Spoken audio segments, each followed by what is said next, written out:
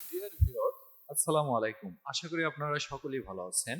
তো আমি আপনাদের মাঝে আরেকটি নতুন ভিডিও নিয়ে হাজির হলাম। আপনার সন্তান হঠাৎ করেই বলে উঠল, আমার হাত পুড়ে যাচ্ছে, ঝলসে গেল। আপনি কি করলেন? দৌড়ে গেলেন। দৌড়ে গিয়ে দেখলেন, হ্যাঁ অবশ্যই আপনার ছেলের হাতের যে চামড়াগুলো আছে, এই চামড়াগুলো খসে গেছে এবং মাংসগুলো এগুলো ছিন্ন বিচ্ছিন্ন হয়ে গেছে।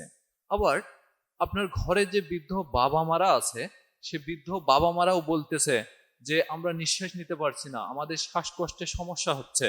এবং আপনি যে ছাদ বাগানে আপনি যে পোষা কবুতরগুলো লাগিয়েছেন, এই পোষা কবুতরগুলোও অনেকেই স্টক করে মারা গিয়েছে, আবার অনেকগুলো আবার উড়ে গিয়েছে। এবং এইটাও আপনি দেখতে পারলেন যে আপনার পাশে যে বাসা আছে, সে পাশের বাসায় কিন্তু মানে দাউ দাউ করে আগুন জ্বলছে। আসলে এই যে বিপদগুলো, এই যে সমস্যাগুলো, এই সমস্যাগুলো আপনারা কি কখনো আপনার কাছে চাবেন? কখনো চাবেন না। এবং আমিও চাবো না, এটাও আপনি চাবেন না যে অন্যের এই ধরনের সমস্যাগুলো হোক। আচ্ছা, তাহলে যদি আপনি না চান, তাহলে অবশ্যই বর্তমানে যে আমাদের এই যে নতুন নিউ ইয়ার আমাদের মাঝে চলে এসেছে, তো এই নিউ ইয়ারে আমরা কি করি? আমাদের ছেলেদের হাতে এবং আমাদের যে তরুণরা যারা আছে, এই তরুণরা কি করে?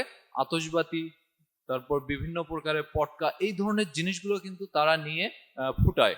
তো এই যে আতশবাতি ফুটানোর কারণেই কিন্তু আপনার ছেলের হাতে বিভিন্ন প্রকারের প্রবলেম আসতে পারে, বা হাতে পটকা ফুটানোর কারণে হাত ঝলসে যেতে পারে। তো এই ধরনের সমস্যাগুলো বাঁচতে কিন্তু আমাদেরকে অবশ্যই তরুণদেরকে সচেতন করতে হবে এবং আমাদের ছেলে মেয়েদেরকে বিশেষ করে সচেতন করতে হবে।